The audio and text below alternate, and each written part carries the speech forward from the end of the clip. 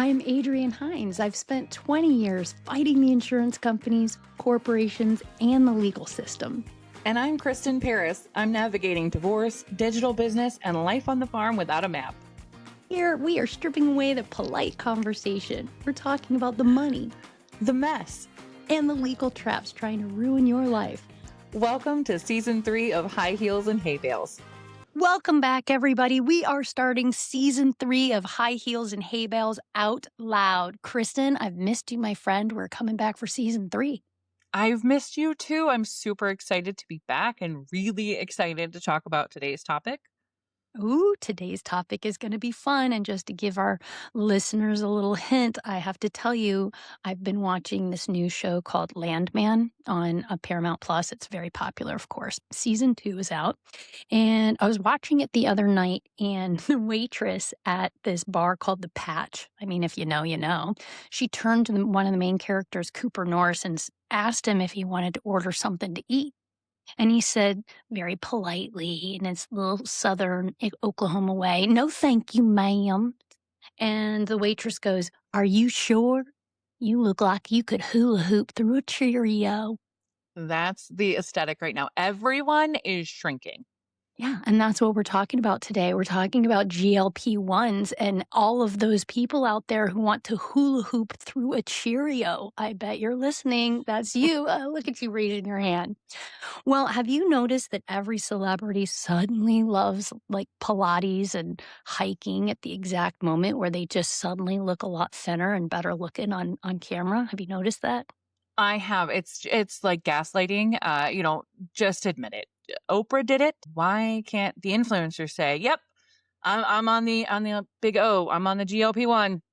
Yep. And that's what we're doing today. I think we need to be honest about GLPs, the ugly part of this. There really is a weird, movement happening. I think that for a long time, being thin was a status symbol. I think it meant that you had good genes or that somehow you were more disciplined. I know as somebody who has been heavy most of my adult life, I certainly thought that. hmm The gates are open now. Like anyone with $300 can get in. You think that pisses people off that we're buying what they had to earn in the past? I've had to earn it before. I've been heavy my entire life. Yeah, I mean, I think it does. I think some naturally thin women really feel like they're losing their pretty privilege or their specialness. I mean, if everyone is a size 4, then being a size 4 really isn't a flex anymore, right? Right. That's the trap. Like my body getting smaller does not make your body less valuable. We act like there's a limited amount of pretty to go around. And this eliminates that, fat friend persona because there's no longer going to be the fat friends. Yeah. Yeah, and you can see how narcissistic, self-absorbed people who've surrounded themselves with fat friends can start to get cranky. But I think that's when we start to see who our real friends actually are, right? Absolutely. It feels like the competition is ramping up, not down. Instead of celebrating that we've found a cure for obesity and health issues in general, we're finding a way new ways to judge it. Oh, she's skinny, but she has Ozempic face. We just moved the goalpost. And quite frankly, if me losing the weight and being healthy means I have Ozempic face, sign me up, baby. Can we just declare a ceasefire? I mean, if you run 10 miles a day, great. If you take a shot on Tuesday, that's great too. I mean, we're all just trying to survive in a world that tells us that we're taking up too much space, right? Well, speaking of taking up space, we decided to do a GLP-1 episode, largely because you decided to opt out of that crazy ass competition and you wanted to do what worked for you. So before we get into the feelings, give me the hard data. I think people want to know, where did you start, Kristen? Where are you in your GLP-1 journey? So I started September 1st at 301 pounds. And I, as of today, am down 56 pounds. So I'm down to 245 pounds. And I had a weird goal. I wanted to lose 50 pounds by Christmas. I know I told you that I hit that goal a few days before Christmas and I was stoked. Yes. And it's gotten a little slower as far as loss because I have not been doing what I need to. It doesn't matter. But I have a couple of goals. I want to lose another 20 pounds to get to where I had gotten to right before I got pregnant with my youngest 6 years ago. And then I have another goal to get to 190. If I don't feel like I look healthy, then I'm not going to keep going. So it's depending, but you know, those I are my love goals. that. Well, let's just say right off the bat that people are assuming that you took the shot because you were lazy. So prove them wrong. Okay. Tell us what you did, explain where you're at, make the argument that you're not lazy. Okay. So 6 years ago, and before, I'd used a program called Herbalife. Each time I did lose weight, it was kind of a quick fix because it was all meal replacements. And yes, I did work out. Yes, I did things. I would lose 50 pounds. The 6 years ago, I lost 140 pounds, but I was very obsessive about it. Then I gained like 90 pounds back. It was not healthy. It was not sustainable. I've done keto. I've done Weight Watchers. I've done the stupid cabbage diet. Do you remember that one? Yeah, I do Yeah, remember the I've done that. cabbage diet. Um I've done all the things. I've done everything. And it I could lose 10 pounds here, 20 pounds there, 50 pounds here, but I really could not keep it off at all.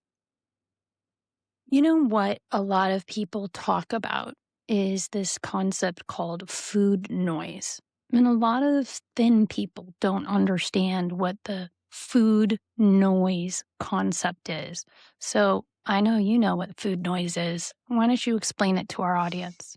The best way to explain it is like a radio is in the back of your head and the radio station is playing what is the next snack? What's in the refrigerator? What's on the table? When are you going to eat next? Where can you stop for food? What can make you feel better right now that needs to fill your stomach when you're not really hungry? And you know, it's something constant that you don't realize until you take that first shot. And when I took it, within a couple hours, it was like somebody shut the radio off.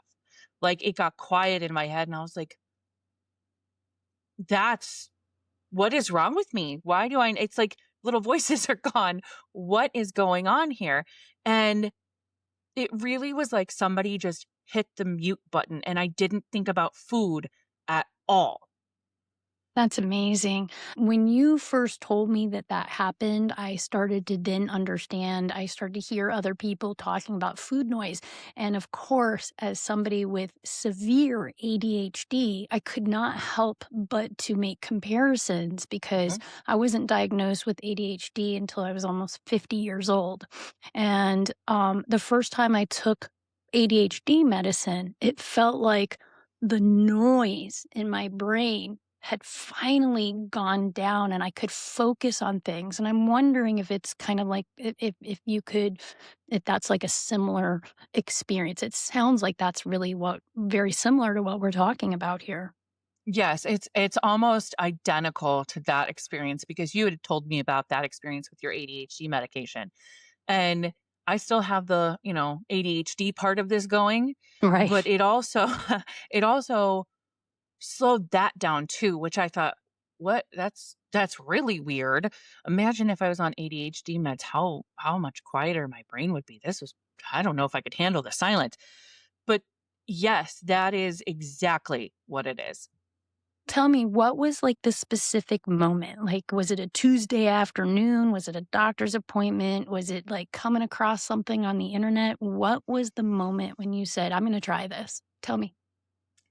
I don't know exactly how terrible this sounds, but when my ex-husband asked me for a divorce, I said, Okay. "You know what? I'm going to be a single mom. I am way overweight. I have to do this all by myself. I have kids, farm, life, and I need to do this now Yeah. or it's going to get worse." And I signed because I'm an affiliate with Amble, who is my GLP-1 provider. I signed my papers, I think it was 3 days after he asked me for the divorce and started. September 1st, and that was it. And it wasn't Okay. necessarily all vanity. It was my health, you know? Yeah. Yeah. Did you just jump on Amble? Did you do any research? Like, how did you settle in on Amble?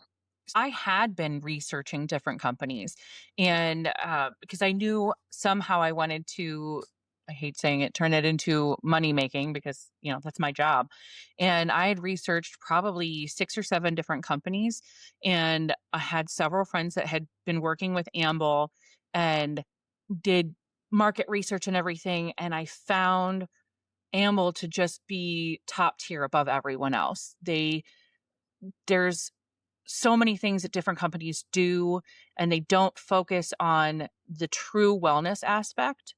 And Amble, they're going to be adding more things. They do GLP-1, they do add-ons, and they do skincare right now. They're going to add other things in the future, but their main priority is making sure people have access to their GLP-1 medications and that it's good quality things, and they don't charge extras, they don't up the price when your dose goes up. Like, there were probably 10 different things that made me choose Amble over anyone else.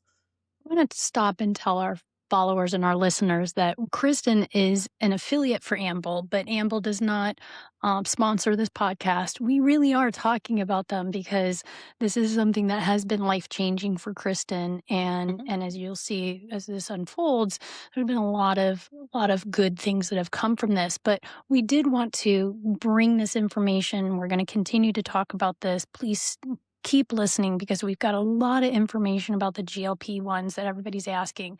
But at the same time, we do want to say that we are talking about a specific company. They are not a sponsor, but it is somebody who Kristen has been working with, so we feel comfortable recommending them. So tell me, Kristen, what is Amble exactly, so people can start to get an understanding of just the whole what it is we're talking about, because you and I Sure. understand this world a little bit, and not everybody does. Right. So Amble, it's essentially telehealth. They have real doctors that prescribe the medication, and it's not a med spa, which we'll talk about that later. It doesn't cost what name brand without your insurance costs. So my insurance company, when I was like, "Hey, I would like this," my doctor prescribed it. They were like, "No, you're not sick enough for this." Let me ask you something. At 301 pounds, your health insurance said you don't need this? Yes, they Okay. said Okay. my insurance did not cover for weight loss. And my doctor had done blood work. I wasn't sick enough because my blood sugar, my A1C was not high enough. It wasn't bad enough yet. It wasn't bad enough yet. And Gotcha. to be fair, I have PCOS and I have insulin resistance and I have all of these different side effects from PCOS. So my blood work is always sketchy. Okay. When they said that, I looked into it, name brand, out of pocket, it was $1,200 a month or something like that. And I gave up until I started researching this option of GLP-1s that are compounded through pharmacies that are legitimate, good pharmacies. And being a single mom, if I wanted to pay for this out of pocket, I could afford it. That is another reason I chose to go with Amble, because everything is affordable and they don't take insurance, but they do. It's one of the more reasonable companies without hidden fees. It's a reputable, responsive company.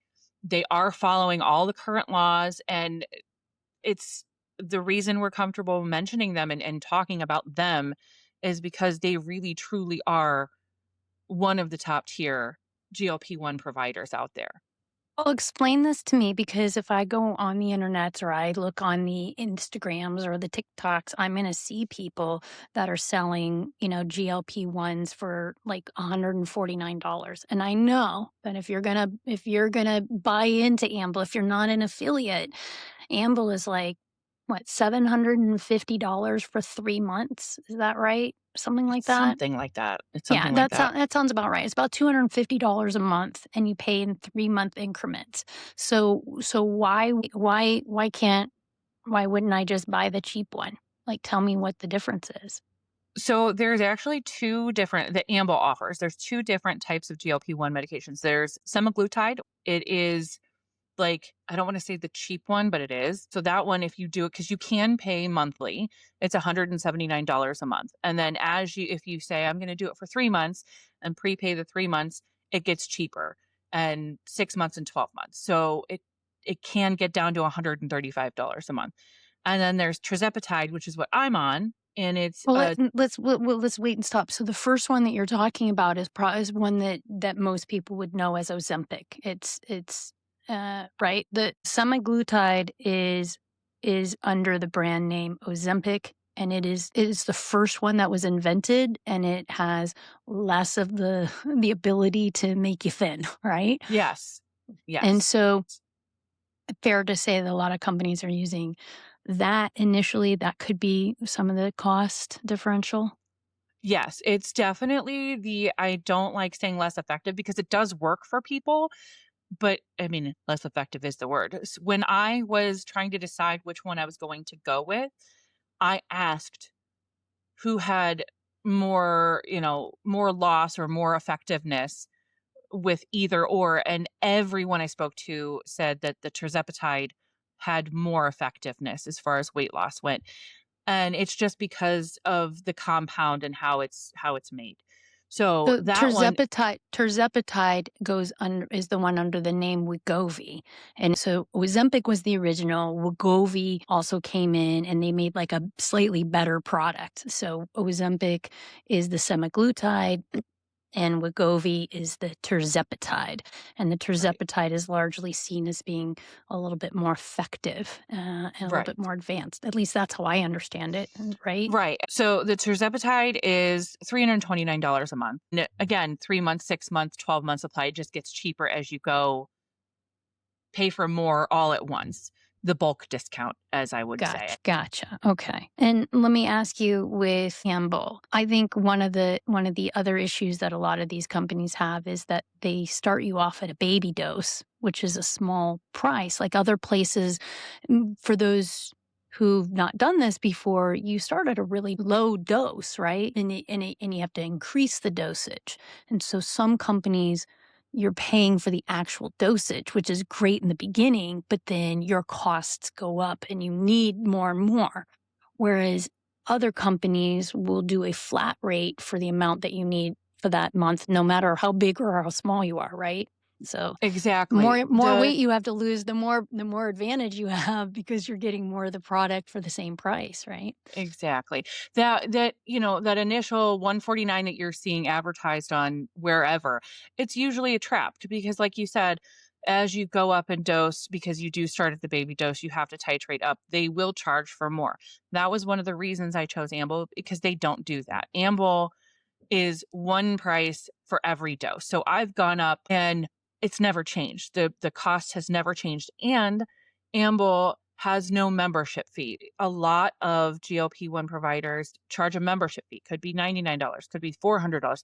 It just depends. That's just to talk to the doctor on top of the drug price. And you also have to think about the fact that if it's too cheap, $99 or less or whatever, it's probably the research salt, the cheap stuff, this not the sterile pharmacy. I'm cheap, but I'm Yeah. not buying discount in injectable drugs. Yeah. There's a lot going on. I think some people think it's cheating. I don't think it's cheating. What are your thoughts? I don't think it's cheating. I mean, I have said this 1,000 times. The GLP-1 medication is a tool. You and I both know you have to actually work with this. You can't just take the shot and keep eating the way you were before. It will make you sick. It will not work. If you take the shot and then eat pizza one night, McDonald's another night, and eat junk all through the time, you're not going to lose anything. You have to be working with the product in order to see results. And the more you work with it, the better your results are. I think that's a fair assessment of every weight loss or every opportunity to change your life, right? You have Mhm. to be consistent. You have to learn how to change your lifestyle, and you have to learn how to move forward in this new world order. But I have to tell you, Kristen, I don't think it's cheating. I think it's a straight line from point A to point B. And that line needs to be, that's a healthy line. We're trying to get healthy. I think the reason I was so shocked that your health insurance wouldn't pay for it originally is because the tremendous costs that being overweight, costs our bodies and our health, and we are making more problems for ourselves. It's preventative medicine, to be honest with you, to keep us from developing the problems that you were seriously on path to develop if you'd not done something. I did I see agree. a video once. I saw a video. I think it's a great idea. You should use this as an example that said, unless you have been afraid to get naked in front of your husband, you've cried in a dressing room, you've lived in yoga pants, or you've hated yourself while sitting in a McDonald's drive through, then hear me loudly when I say I could care less about your opinion about whether or not I'm taking GLP-1. And I love that. I Abs love that energy. I do. Absolutely. Absolutely. When I tell someone I'm on a GLP-1 medication, I am taking charge of my health, and they give me any shit about me being on a shot to save my own life, I could give a rat's ass what they say. My ex-husband is on a GLP-1 to save his life because he has type 2 diabetes. I'm on it to save my life, to stop me from getting sicker. And so I can freaking walk again, man. Like, my knees don't hurt, my ankles don't hurt, my back doesn't hurt as much. I can move, I can breathe, and I'm here for my kids. And we can talk all day about why they won't, the insurance companies won't cover it for certain things. It's a whole trap in and of itself that we both have a problem with. GLP-1 medication is not cheating. You still have to work, and it shouldn't matter how you get from point A to point B as long as you get to frickin' point B. Absolutely. Well, first off, I want to say you look fantastic. And for anybody who is coming over to our YouTube channel to watch this, because we do record it and put it up there for all of you just listen to us in your car, you can go watch us on the YouTube. And if you do that, especially if you go to our very first episode last year that we first recorded, and then compare it with today, you're going to see the tremendous difference. I about fell off my chair because I haven't seen you in a couple of weeks. I about fell off my chair when we came on the screen to record this. So you do look really good. Thank you very much. All right, so Adrienne, you play the Yeah. high heels role well, and Thank you. you lost 90 pounds the hard way back in 2019. You run marathons. I don't Be run marathons. honest. I run 5Ks and 10Ks. I've never run a marathon. To the token fat woman, it's a marathon, okay? I run when a pig is chasing me. I don't run further than like 15 feet. So it's a marathon. But be honest, when you see people taking the shot, whether they're heavy or thin, do you judge them? Well, that's a really good question. And I think it really leads into the confession that I have to make. I think most people who watch us or interact with us or see me probably see me as somebody who's thin, right? And as you said, I've not been thin my whole life. I've been a chubby person my whole life. It's only in 2019 that I lost almost 100 pounds the hard way because Ozempic hadn't really come to market yet, to be honest with you. I have a confession to make. I'm actually on GLP-1s now. And I think that's really why it's such a unique topic to talk about today because your journey and mine look very, very different. And I have very legitimate reasons for being here talking about this just like everybody else. Absolutely. And you don't look like the type of person I would think would start taking GLP-1s. And when you said to me, "Hey, what's your link?" I was like, "What the hell is this woman talking about? She doesn't need to lose any weight. Like, she's perfect the way she is. Why the hell do you need it?" Well, that's a fair question. So, turning back time in 2019 when I lost a ton of weight, it took me 9 months. It was miserable. It was a time of isolation for me that I remember. I was counting every calorie. I was hungry. I was crying a lot. I was largely in a state of depression because what I was doing was very, very hard and very, very alone and isolating. For anybody who's ever been a fat person who's had to lose weight, who's just said it's time, it doesn't come naturally to us. I understood the food noise so well. And even though I'm thinner and I run and I do these things, I am not immune to life. And I had really maintained a very healthy lifestyle for almost 5 full years. I looked like a fit runner, but that's not really who I felt like inside. I have always felt like a chubby person inside. Honestly, it was just really, really hard. I came into some struggles and I needed to make a few changes. So what did change? Why couldn't you just buckle down and do it again, so to speak? Yeah, I mean, I always thought I would be able to, right? But what really happened is life, and as everybody knows, I've suffered tragedies. The death of my daughter broke my heart, and then I suffered a foot injury that kind of broke my stride, and I didn't realize that grief plus even a small minor injury ended up really being a metabolism killer for me. I gained 20 pounds and I gained it really fast. And I don't think a lot of people would have noticed because I was very good at hiding it, but I knew. And it was changing how I was feeling. It was making my entire mood depressed. And that food noise was back for me. I was feeling it with a fury. It had never really gone away.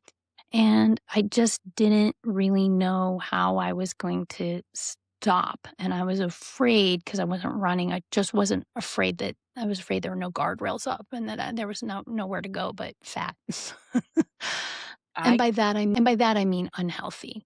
Unhealthy. I'm 50. I'm almost 55. I'm older than you, and I don't have the time.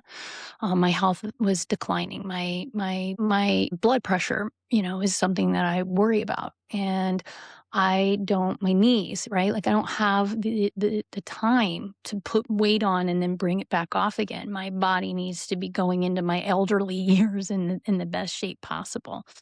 And so I really felt like I needed some help. now 20 pounds does not sound like a lot to someone like me who had so much more to lose. Why do you think it felt so much heavier? Yeah, I mean, like, look, it took me the same amount of time to lose 20 pounds as it took you to lose like 50, right? It was still just as hard. It was still in my mind, that's what I needed. You needed 50, I needed 20. For the record, it comes off faster when you're heavier. It is still a sacrifice. It still defines who we are. And I was just in a mental trap. I was too sad to run, and then I was getting too chubby to feel comfortable running, and then I felt like a loser for gaining the weight, not being able to run it off, and the shame kind of made me feel more depressed, and it just was a circular argument that I think we can all identify with. And I knew how to lose a weight, I just couldn't really make my brain stop the circular connection that it kept firing. And I really feel like I just needed something to help step in with a little bit of assistance. I'm hearing you say that the shame of gaining 20 pounds just felt as heavy as the 90 or so when you started in 2019. So honestly, we're just all trying to get control back and get our health back. Yeah, I didn't go to Amble to lose 100 pounds. I went to Amble to kind of break the cycle, and it felt like I was just basically slapping my train right back on the track. And that's why I think doing this is really important because there's people everywhere, from people who really need to lose some significant weight to get into a healthy way, but there's also people out there who are struggling, and this is an emotional struggle and all of these things, and they impact how we feel about ourselves, and we just don't have to live like that anymore. So we just don't have to live like Exactly. that. Let's stop living like that. Exactly. And this goes back to me saying that the GLP-1 is a tool. You used it as a tool to break the cycle, to break that loop that you were stuck in. And I used it to do the same, but also put me on the trajectory to lose a huge amount of weight. And it's again, I just keep saying it's a tool. It's not Yeah. the easy way out. So now you've lost the weight, you're kind of back into running. How are you feeling? Well, I've lost that 20 pounds, but I've got a little bit of rebound anxieties. And of course, I'm nervous to stop GLP-1s.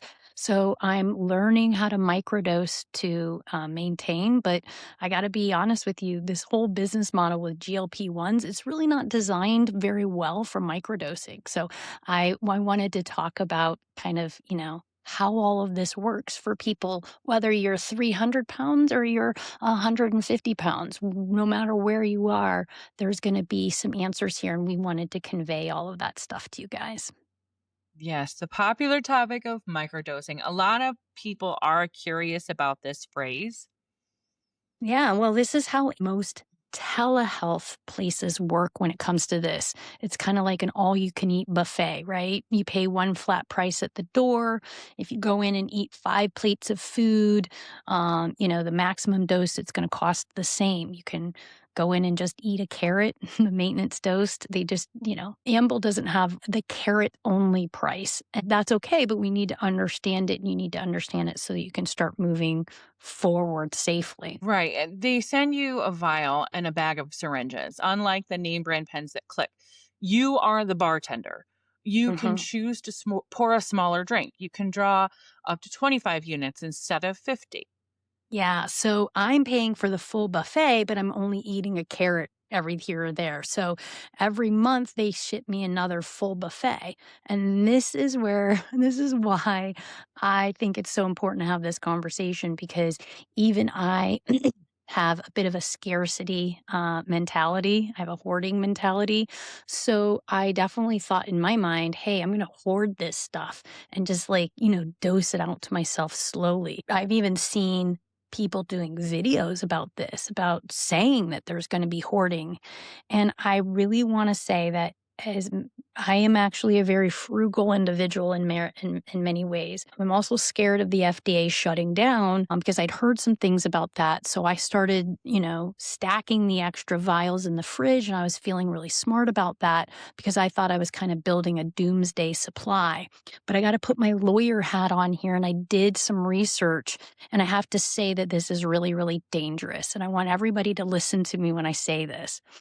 Preparing for this episode really forced me to go down the rabbit hole on this. And I'm glad I did because there's three reasons why we should not be hoarding unopened vials of GLP-1. All right. You ready, Kristen?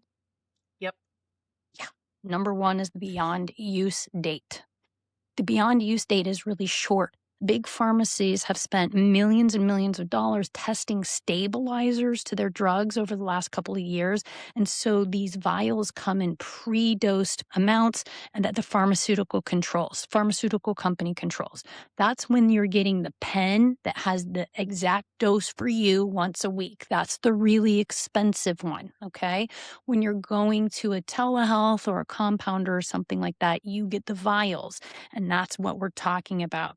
The problem with the GLP-1s that are compounded, they're actually made in smaller batches by law. And so the beyond use date for a sterile water-based injectable is usually limited to 45 to 90 days. And if you're hoarding this stuff, you're injecting expired chemicals. But that's not even the worst part. The worst part is that peptide degrades. Semaglutide is a peptide. It is a chain of amino acids, like a delicate necklace. You can kind of think of it like that. And over in time in the fridge, the string starts to get weak and breaks. And it doesn't necessarily become poisonous, but it can become really ineffective. And, we also have the factor of the fridge. Our fridges are not really designed for labs. Domestic refrigerators are not medical grade and they fluctuate. So one thing I really learned is the moment you puncture your vial with your needle, you have 30 days to use that. And that is and if you're not following that, bad things can happen, abscesses, stuff like that. As you can tell, Kristen, I really wanted to hoard my medicine. And now I've learned that I Yeah. really can't do that. So why are we feeling the need to hoard? Well, I think we're feeling the need to hoard because we are very, very concerned big pharmaceutical companies are going to take this away. I want to lay out for everybody exactly what the legal stuff is going on because I know a lot of people are confused about this. So we have Absolutely. two I would love to know. Yeah, so we have two issues with this GLP-1 stuff and getting it prescribed like by telehealth or something like that. Number one is we have big pharmaceutical companies. There's two primary ones. Okay. Number one, pharmaceutical companies have beef with med spas. The second issue is big pharma doesn't make enough of this stuff to meet demand. And for that reason, the FDA declared that there's a shortage. Because the FDA declared there's a shortage, we are allowed to get these things compounded like the way Amble does. Okay. So we have two issues. We have big farms going after med spas, and we also have big pharma trying to convince the government that there's no more shortage so that they take that option away so that they're the only ones that can sell it to us. So this Right. is why this litigation is moving forward, and it's really important to understand where we are right now. Right. If you're thinking about it, I would suggest doing it now. We don't know how long the door will be open because I actually knew that there was lawsuits. There have been lawsuits brought up, and I've kind of followed. I do know that with the FDA shortage list, it's getting, I don't want to say sketchy, but it's concerning for us that can get it from the compounding pharmacies because it's cheaper too. And Yeah. it's going to mess with a lot of people. So if you're thinking about it, now is the time to do it. I agree that now is definitely the time to do it. And I also want to say that my friend owns a med spa, and I don't think that there's anything necessarily independently shady about med spas. There are some concerns that some med spas are maybe contracting with, unknown providers for this, which is why, using a place like Amble, we know where it's coming. It's coming from a legitimate compounded pharmacy, but I also think that if you're working with a med spa, your med spa should be able, a decent one, a quality one is going to be able to show you where theirs is coming from too. That seems to me like that would be a simple solution there. And I just want to say that for all the med spa owners out there, because I do know that many of them are trying to do it right. But the real thing here is that at any given moment, the FDA could conclude that there's no more shortage or the need is not great enough, and they can take away the opportunity for compounding companies to do this, which means that you're going to Ozempic or to Wegovy, and the minimum payment is $1,000 a month. That's what they charge. So it's only because of this shortage or this tremendous need that we're allowed to do this through the FDA. And Lord knows how long this is going to last, because it won't take long for these pharmaceutical companies to breathe down, our politicians' necks, catch their eye and tell them to change some quick laws. And you know that we have a president who would do that if he felt like listening to that devil on his shoulder. So it is time to do this right now. I want to talk very briefly before we wrap this up. What does it feel like to be on GLP-1? What does it feel like? I know what it feels like. What does it feel like?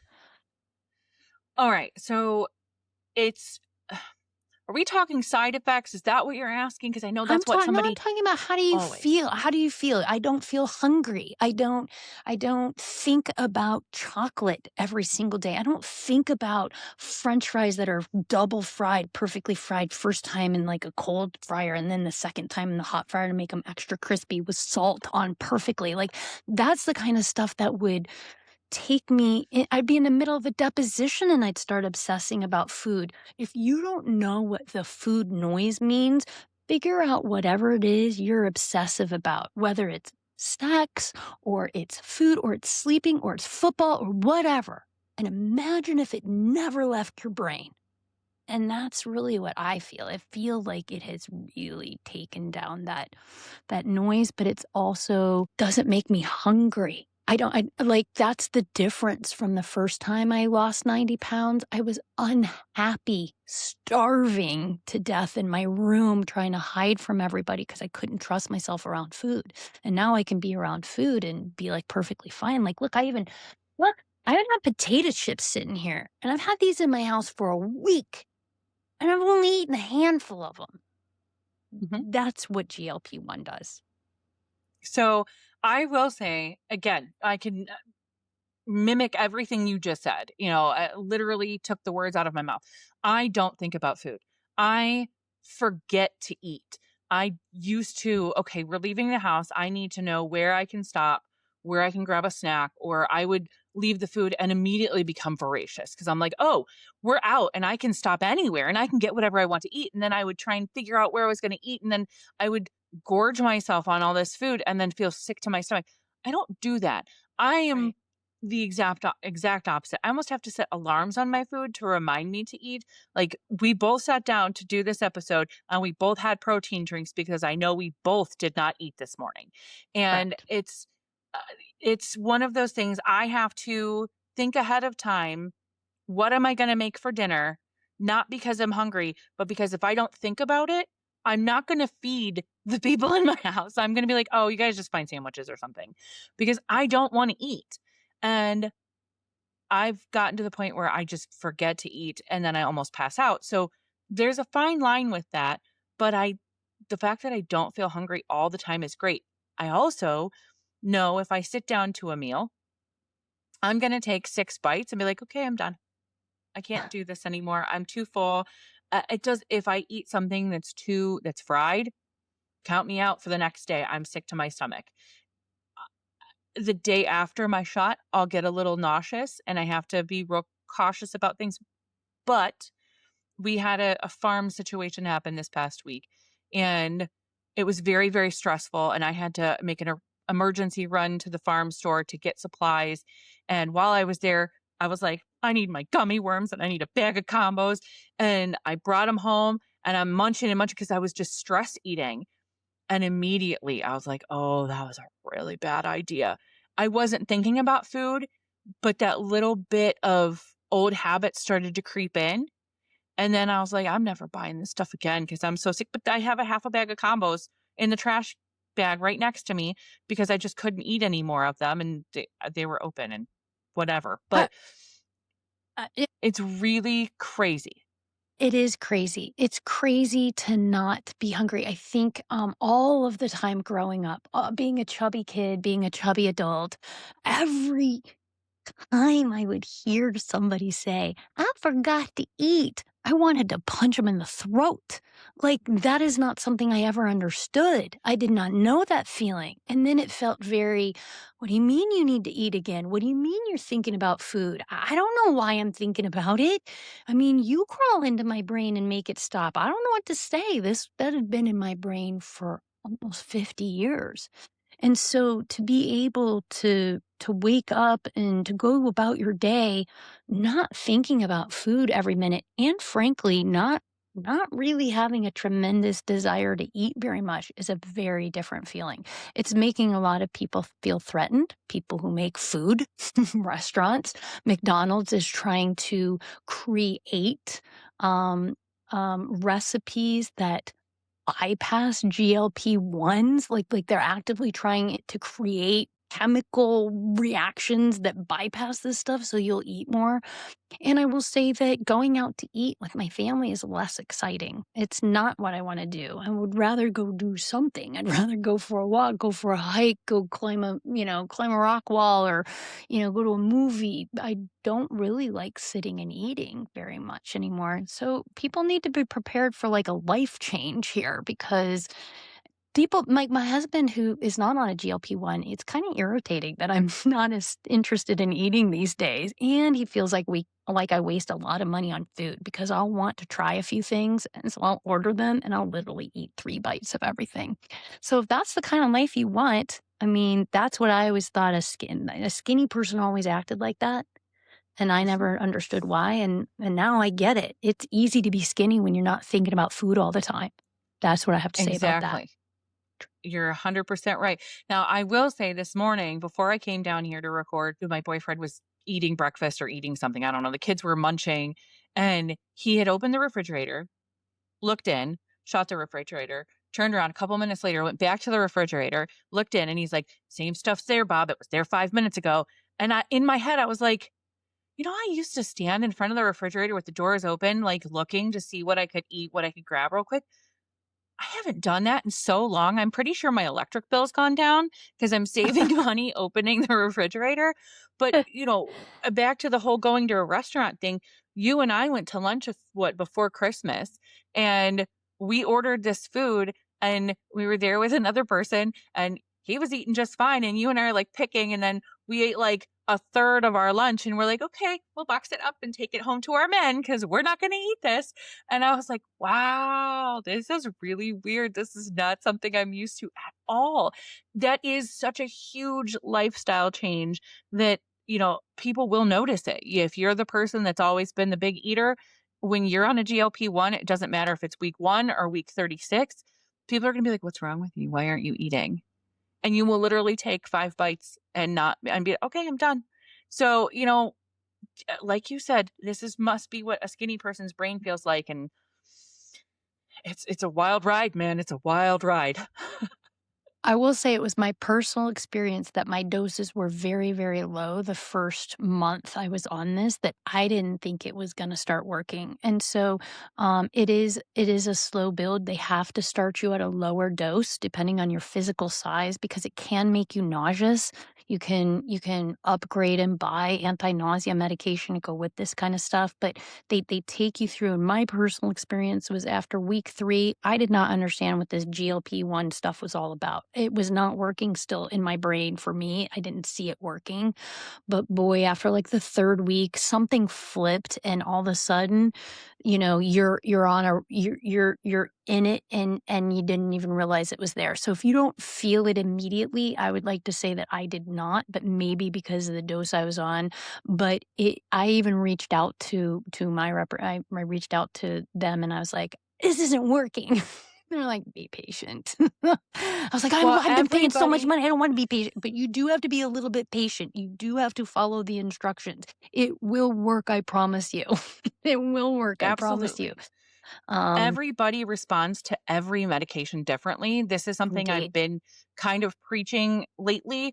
I am a super responder to all medication. So I have to take very low doses of a lot of things because my body overreacts. So with the GLP-1, because I'm bigger, I started on a higher dose than you Yeah, and yeah, it started firing right away. So when you started and you were like, this isn't working, I'm like, dude, why isn't it working for you? I don't get it.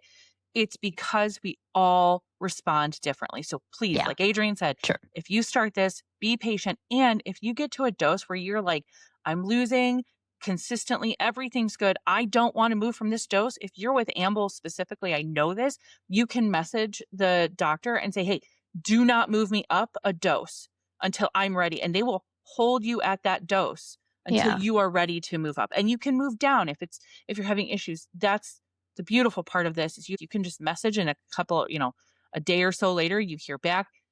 It's a beautiful thing. And I don't have to leave my house. And we all know how much I don't like leaving my house. So anyway, Amen. yes, whether you have 60 pounds or 20 pounds to lose, you are not a loser for needing help. This is a tool and it's a fantastic tool at that. It is. You need to protect your health. You need to check the expiration dates. You need to stop judging yourself and go explore this. Again, you can access the information for Amble at all of our websites. We have everything up there for you to help. But regardless of what you choose to do, whether you're choosing a local physician or you're choosing a different online telehealth, make sure you're asking the right questions. Make sure you understand what kind of medicine you're getting. You are paying attention to these dates and you're keeping an eye on the federal laws because these things are going to be changing. Everything is changing very quickly, but right now we have an amazing opportunity, and this is how we get healthy. This is what healthy looks like. And I'm sorry, skinny naturally people. We're here. The rest of us are here now, and we are wearing the cute clothes too, and life moves on. You're gonna have to be an interesting person, not just a pretty person. You're gonna have to be Use interesting your now. personality. Use your personality. Those the chubby people have learned how to do that a long time ago. Exactly. We all have something to And learn from if each other. absolutely. And if you have questions about this, please leave us a comment. We will absolutely answer, send us messages, leave us a comment, share your GLP-1 story. If you have something to add this, please leave it in the comments. We would love to hear from you guys. Well, that wraps up episode 1 of season 3. We're going to have a good season this year. We got a lot going on. Very excited. Welcome to 2026. Gonna be a roller coaster. It definitely is. Lots of big things going on this year. Lots. All right, see you guys next week. We hope you feel a little smarter and a little less alone than you did just 40 minutes ago.